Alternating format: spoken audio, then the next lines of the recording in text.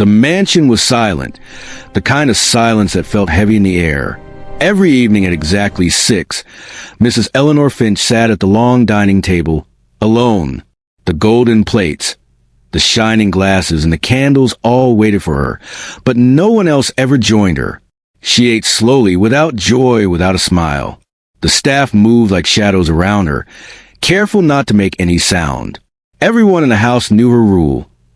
No one sits at her table. Maria, the new nanny, walked quickly down the hall with her son Jordan. She had only worked here for 2 days, but she already felt nervous. Mrs. Finch had warned her clearly on the first day. Your boy must stay silent. He must not run around. And he must never come near the dining table. Maria nodded every time she remembered those words. She could not lose this job. Jordan, however, was full of curiosity. He was a small black boy with bright eyes and a brave little heart. He didn't understand why the old lady ate alone. He didn't understand the cold house or the quiet hallways. But he saw something no one else saw. He saw a deep sadness in Mrs. Finch's eyes. Tonight, as Maria prepared dinner for him in the kitchen, Jordan wandered out. His small footsteps made soft sounds on the polished floor. Nobody noticed him walking toward the dining hall. Inside, Mrs. Finch sat alone like every night, her silver spoon shaking slightly in her hand. She looked tired of living with memories that hurt. Jordan walked in slowly. The staff froze when they saw him. A maid tried to grab him, but she stopped when Mrs. Finch raised her hand. Jordan looked at the long, empty table, and then at the lonely old woman. Something inside him felt soft and warm. He walked to the chair right next to hers, and, without asking, he sat down. A gasp echoed in the room. Maria came running, her face full of fear. She knew she was about to lose everything. She tried to pull Jordan up, whispering, "No, baby, no, don't do this." But Jordan shook his head. He pointed at Mrs. Finch's plate. "You eat alone every day," he said softly. "That looks sad." Mrs. Finch's spoon dropped onto her plate with a loud sound. Everyone expected her to explode with anger, but she didn't. She just stared. Her eyes slowly filled with something no one had seen in years. Emotion. Her lips trembled. It was like she saw a ghost sitting next to her, not a child. Jordan wasn't scared. He simply smiled at her, a small warm smile that felt like sunshine in a cold place. He swung his legs gently, waiting for her to shout, but she didn't say a word. Maria began to beg, "Mrs. Finch, please forgive him. He's just a child. He didn't mean. Let him stay." The whole room went silent. Even the air stopped moving. Maria froze. The staff stared. Jordan smiled wider. Mrs. Finch's voice was soft. So soft it didn't sound like her. She leaned a little closer and whispered, almost to herself, "You look just like him."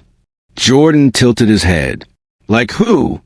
Instead of answering, Mrs. Finch touched a small golden locket, resting near her plate. She picked it up gently, as if it were made of glass.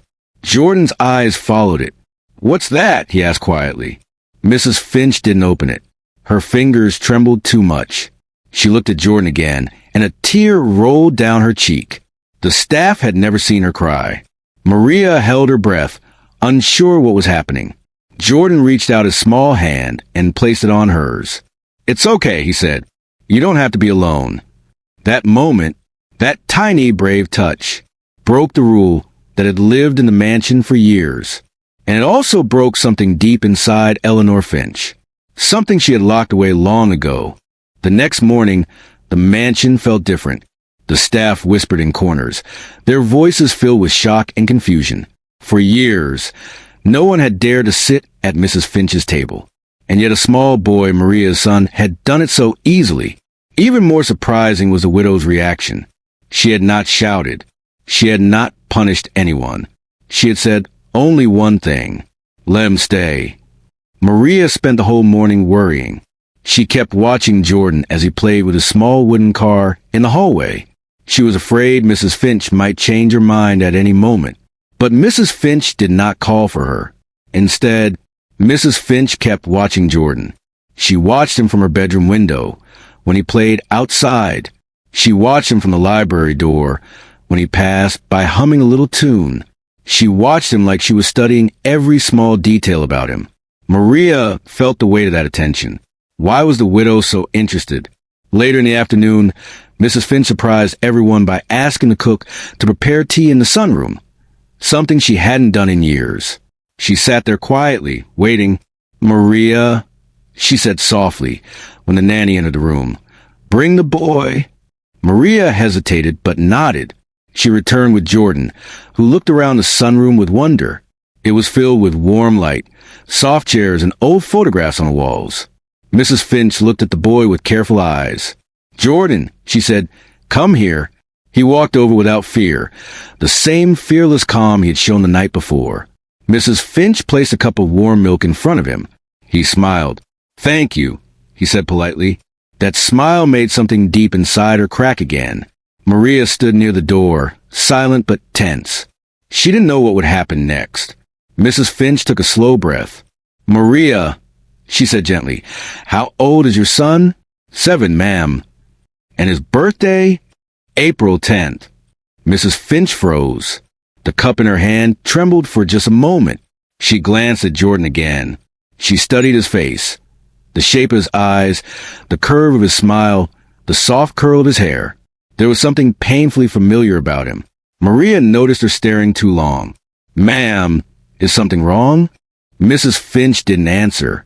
She pointed instead to the locket hanging around her neck. Jordan leaned forward. "Is that a picture?" he asked. Mrs. Finch nodded, but didn't open it just yet. Her fingers touched the locket, like it held a piece of her soul. "Jordan," she whispered, Do you have any birthmark? Anywhere on your shoulder?" Maria frowned. "Why do you ask?" Mrs. Finch swallowed hard. Her voice shook. "Because years ago I knew a child. A baby, actually. A little black boy." Maria stiffened. Mrs. Finch blinked slowly, as if reliving a memory. "He was my adopted son," she said softly. "I only had him for a short time. But he had a birthmark on his left shoulder, shaped almost like a small half-moon." Jordan's eyes widened. I have a mark like that," he said. Maria's breath caught. "Jordan, show me." Jordan pulled down the collar of his shirt. There it was, the same shape, the same size. Mrs. Finch's eyes filled instantly. Tears rolled down her face before she could stop them. She pressed a shaking hand to her mouth. Maria felt her heart jump into her throat. "Ma'am, what are you saying?" Mrs. Finch opened the locket. Maria stepped closer. Inside was a faded picture. A picture of a baby boy. A baby with Jordan's same eyes. Same nose. Same half-moon birthmark. Mrs. Finch whispered, voice breaking. "I lost him. Someone took him from me. I searched everywhere, but I never found him." She looked at Jordan with trembling hope. "And now you tell me you have the same mark." Jordan stared at her, confused but calm. "Are you looking for me?" he asked softly. Maria covered her mouth. The room filled with silence. Mrs. Finch leaned forward, whispering like a prayer, I think I already found you." The mansion, once cold and silent, began to feel alive in a strange new way. It started slowly, almost quietly, as if the house itself didn't know how to react to the change happening inside it. For the first time in years, Mrs. Eleanor Finch woke up before sunrise. She sat on the edge of her bed, hands trembling slightly, her mind still replaying the moment she saw Jordan's birthmark. She had not slept much. Her heart felt full, heavy, scared, hopeful, all at the same time. Downstairs, Jordan was busy playing with his toy car on the shiny floor. His laughter echoed faintly through the hall, a sound the mansion had never heard before. The staff kept pausing in their work whenever they heard him. They didn't understand how one little boy had broken every old rule without punishment and somehow changed their employer overnight. When Mrs. Finch walked down the stairs that morning, every maid straightened up in fear, expecting her usual stern glare. But it didn't come. Instead, her eyes went straight to Jordan, as if drawn by a magnet. Jordan looked up, smiled big, and waved. "Morning," he said, cheerful as sunlight. Mrs. Finch felt her chest soften. She almost smiled, almost. Maria, however, watched all this with mixed feelings. Was this kindness or something else? Part of her felt warm seeing the widow care for Jordan, but another part felt fear. Fear of losing her son to this wealthy woman, or fear of some painful truth she hadn't heard yet. During breakfast, something unbelievable happened. Mrs. Finch invited Jordan to sit with her again. The staff almost dropped their trays. Jordan climbed into the chair beside her with no hesitation. Mrs. Finch moved a small plate toward him. "Eat," she said gently. As he dug into his pancakes, Mrs. Finch whispered, "Slow down, child, you'll choke." Jordan giggled. "You sound like my mom." Mrs. Finch froze. Just for a second, Maria pretended she didn't hear it, but her heart squeezed.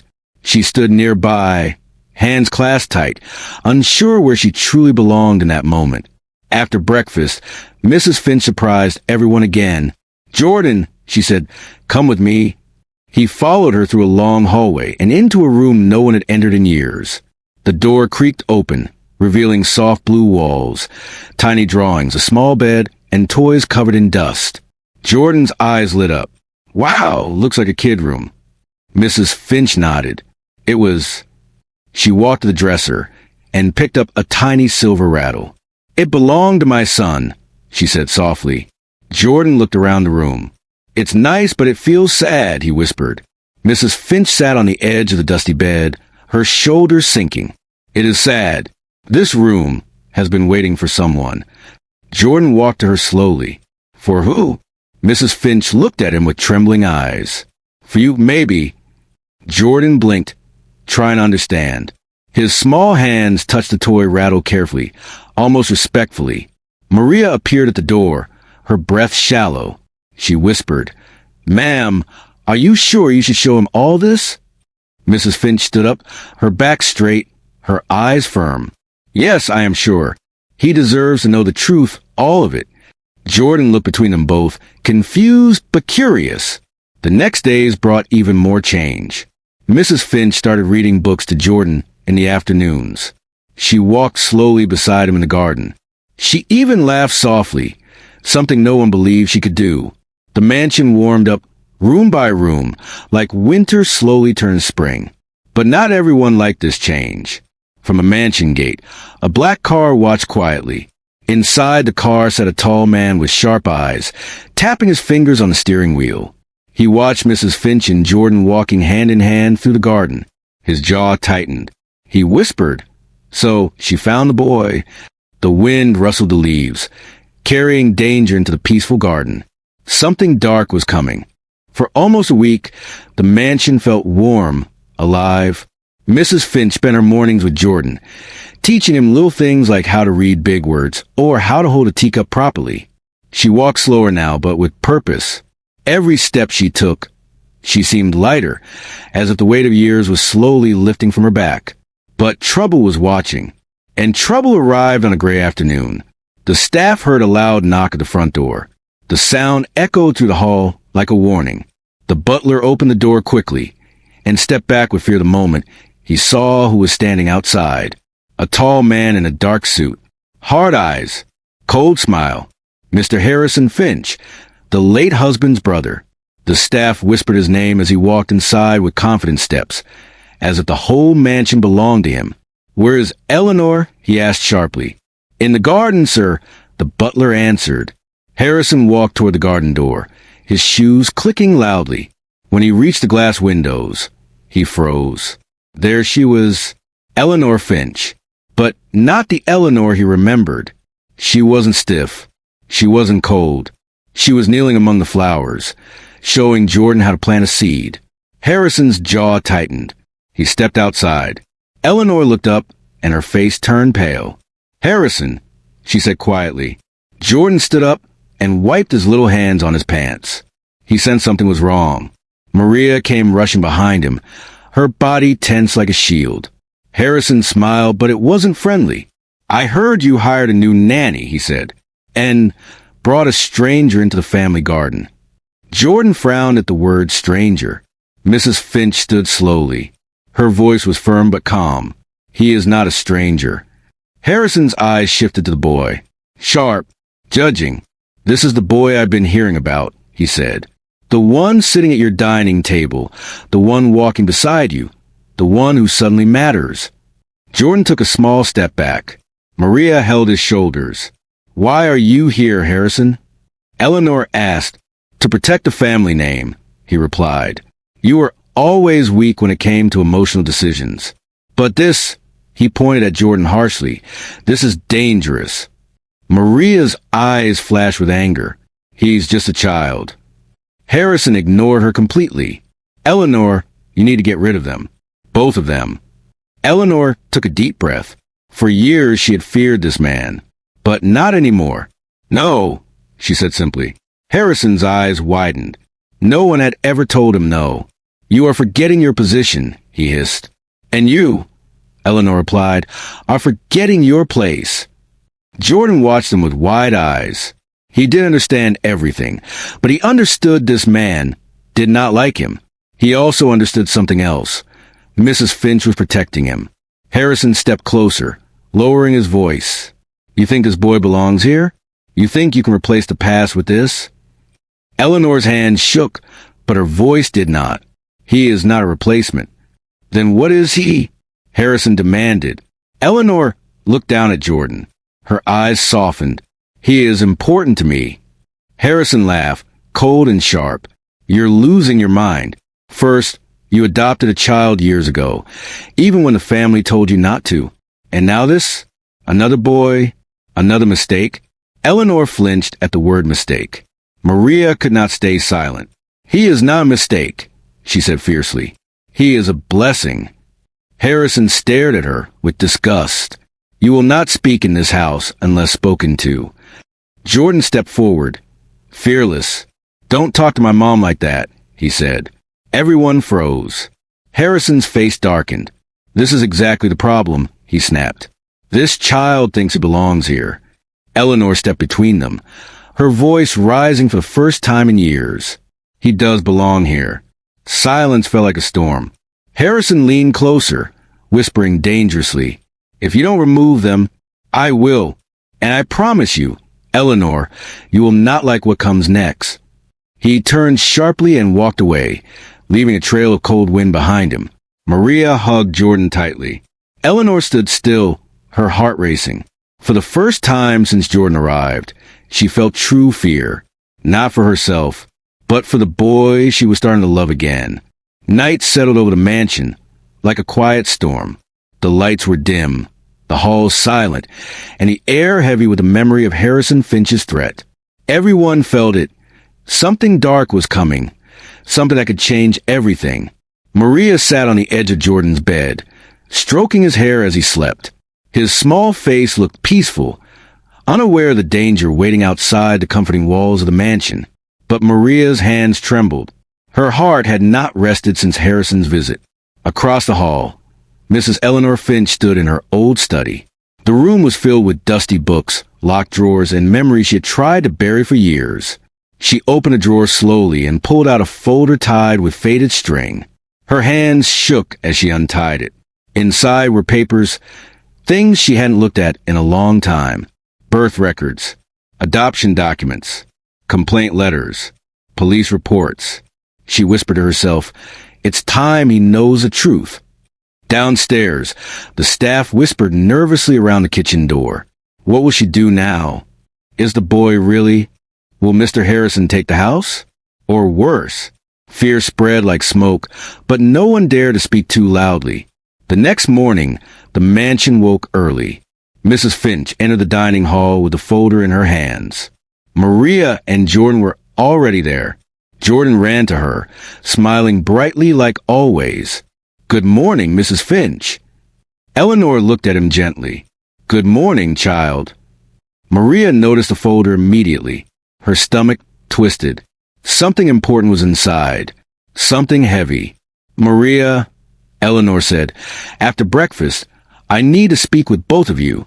Maria nodded, even though her heart felt tight. Jordan didn't notice anything wrong. He happily dipped his pancake in syrup. Later, they followed Mrs. Finch into the study. The room smelled of old paper and secrets. Eleanor sat down slowly, placing the folder on the desk between them. Jordan climbed into a chair, with his usual boldness. Maria stood behind him, gripping the chair tightly. Eleanor looked at them for a long moment before speaking. "There's something I must tell you, something I kept hidden for too long." Maria swallowed. "Is this about Jordan's birthmark?" Eleanor nodded. She opened the folder. The first paper was a hospital birth record. Years ago, she began, "My husband and I adopted a baby boy. He was our joy, our dream come true. But my husband's family, especially Harrison, didn't approve." "Why?" Maria asked softly. "Because he was black." Eleanor said, pain in her voice. "Because they cared more about blood and skin color than love." Jordan looked confused. "So, what happened to the baby?" Mrs. Finch closed her eyes. Her voice shook. "One night, while I was sick in bed, someone took him. The police said he was kidnapped. They searched for months, but found nothing." Jordan stared at her. "You never saw him again?" "No," she whispered. "Not until you." Maria felt her knees weaken. She sat down slowly, breathing hard. "Ma'am, are you saying Jordan is your missing son?" Mrs. Finch looked at Jordan with trembling eyes. "I believe he is. The birthmark, the date, the features, it is too much to be a coincidence." Jordan blinked, a mix of shock and wonder. "Me," he whispered. "I was your baby?" Eleanor reached for his small hand. "I never stopped loving you." Jordan's eyes softened. "But how did I get lost?" Maria closed her eyes, tears forming. I don't know. I found him abandoned near a clinic when he was just a newborn. No name, no note, nothing." The room froze. Mrs. Finch's voice cracked. "Maria, you save him?" Maria nodded slowly. "I had nothing, no husband, no family, but I couldn't leave him alone, so I took him and raised him." Mrs. Finch covered her mouth with her hand as tears streamed down her cheeks. "You protected him when I failed." Jordan looked between them both. Two women crying for him. Two lives tied to his tiny existence. Then he said softly, "Maybe I have two moms." The words broke both women, but before they could speak again, a sudden loud knock echoed through the mansion, a knock filled with danger. Maria's eyes widened. Mrs. Finch stood slowly. Jordan whispered, "Is it him?" Eleanor's voice was steady but cold. "Yes, Harrison is back." The darkness inside the abandoned mansion thickened like smoke as the storm raged outside. Every lightning flash illuminated the long, cracked walls, cold, empty, and filled with a silence that felt alive. Amina stepped closer to the staircase, her breath trembling. Something about this place felt wrong, not haunted, but watchful. Behind her, Denial whispered, "Amina, mui lagda hai koi hum dek ra hai." She didn't answer. She couldn't, because she felt it too. The floorboard beneath them creaked, not from their steps, but as if someone else had moved. A faint echo drifted through the hallway, footsteps slow, dragging. Denial grabbed her arm. "We should leave." Amina pulled her arm free. "Not until I find out why my name is written on that wall." That sentence alone felt heavier than the storm outside. They walked deeper into the mansion, where a massive old mirror stood tall, covered in dust except for a single clean handprint. Denial's voice cracked. "Yakis kahaf condition high? Hum tu hain." Amina stepped toward the mirror, her reflection flickering strangely, as though the glass showed a frame from another moment, another timeline. Lightning flashed again. For a split second, she thought she saw someone standing behind her in the reflection. She spun around. Nothing. Just darkness. "Amina?" Denial whispered. Before she could respond, the floor vibrated, like something shifted beneath them. Amina knelt down and pressed her ear to the old wooden boards. There was a heartbeat, a slow, heavy thump-thump, thump-thump, coming from inside the floor. "Denial, run," she whispered. But before either of them could move, the vibration stopped. Everything fell silent, too silent. A voice whispered through the hallway. Soft, breathless, terrifying. "Amina, you came back." Denial's face turned white. "Who said that?" Amina grabbed his hand. Don't look back. Just run. They sprinted toward the main door, but as soon as Denial reached the handle, the metal turned red hot. He snatched his hand away in pain. It's locked, it's burning. Amina, we're trapped. Amina took a step back, trying to steady her breathing. Her heartbeat was loud, so loud she didn't know if it was hers or the mansion's. Lightning flashed again, and this time, the figure standing behind them was real. Tall, thin-shadowed, but its eyes glowed with a cold, unnatural light. Amina froze. Denial, don't move. The figure tilted its head, slow and unnatural, as if studying them like prey. Then it spoke again, same breathless whisper. You should have never returned. Amina! Her voice trembled. I've never been here before. No! The shadow stepped closer. You were here long before you were born. Denial grabbed Amina's hand, pulling her behind him. Stay away from her. The figure chuckled, a hollow, echoing sound that shook the walls. You protect what is already mine? Amina's knees weakened. Who are you? Silence. Then the figure raised its hand.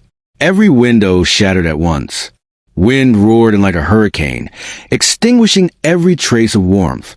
Amina screamed as she shielded her eyes. When she opened them, the figure was gone. But something new appeared on the floor, carved into wood with deep, claw-like marks. Part 7, The Truth Awaits. Denial stared at the message, shaking. Amina, Yasab Kuch, Tamer Sakyan Horahai? Amina didn't answer, because she already knew.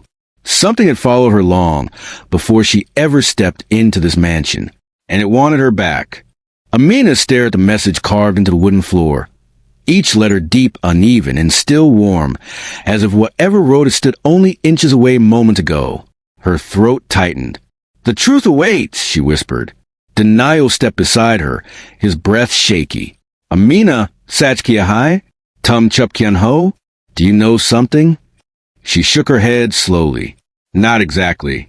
But Mui Hameshi Yemesses Hoda the Kumir Andar Koi, or Bihai.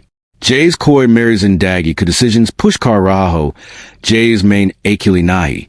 Before Denial could answer, a powerful gust of cold air shot to the hallway, slamming the doors shut one by one. Bang, bang, bang, as if something was hurting them deeper inside the mansion. The final door shut behind them, locking them in. Amina whispered, We need to move. Whatever this thing is, it doesn't want us leaving. They stepped into a narrow corridor they hadn't noticed before, one illuminated by a faint bluish glow, like moonlight leaking through unseen cracks. At the end of the hallway stood a wooden cradle, rocking, all by itself. Amina's footsteps slowed. Denial is at a... The cradle creaked, rocking harder. Denial grabbed her arm. Don't go near it.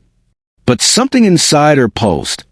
A strange, magnetic pull pulling her toward the cradle, as though it whispered her name with every creak. Amina, Amina, Amina. She knelt beside it. Her fingers trembled as she pushed the cradle gently. It stopped immediately. The entire hallway seemed to hold its breath. Then, inside the cradle, under a dusty blanket, something moved. Amina froze as a tiny, lifeless hand slid out, small, gray, fragile, as if belonging to a newborn long gone. She stumbled back. Ya Allah, what is this? The walls vibrated with a low, guttural whisper. You were meant to protect it. Denial shouted. Who are you? Why, Amina. No answer. Just silence. A silence so heavy it pressed against their lungs. Amina stood, wiping tears she didn't remember shedding. Denial, I think I'm connected to this place. This child. This thing. But I don't know how. He held her shoulders, forcing her to look at him. No, we'll figure this out together. You're not alone. His words were barely spoken when the entire mansion shook violently, lights flickering, walls cracking, dust raining from above. Amina screamed as the floor beneath them fractured and pieces fell into darkness. Denial pulled her back just as the cradle plunged into the void. Then the whispers grew louder. They weren't coming from one direction. They came from everywhere. Amina, you abandoned us. You broke the cycle. You belong here. Come back to us. Denial shouted over the noise. Run! They sprinted to the collapsing hallway, the mansion twisting unnaturally as if alive. The walls stretched, contorted, doors appeared and vanished, creating an impossible maze. Amina gasped, "Yet Jaga normal night's changing." The whispers turned into screams. The shadows on the walls peeled off like living silhouettes and crawled across the ceiling, each one with glowing, hollow eyes.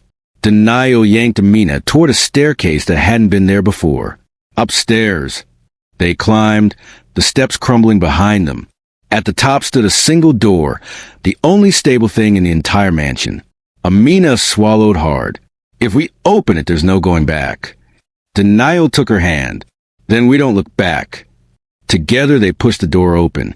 Inside was a perfectly preserved nursery, white walls, golden accents, and on the far wall hung a massive framed painting. Amina froze. Her heart stopped, because in the painting, holding a newborn baby, was her.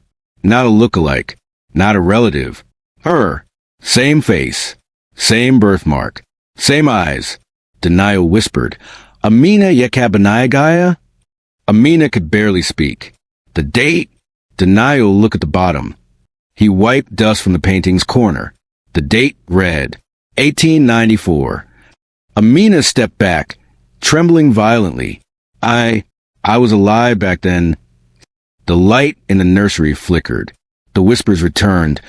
Closer, clearer, almost tender. "Welcome home, Mother."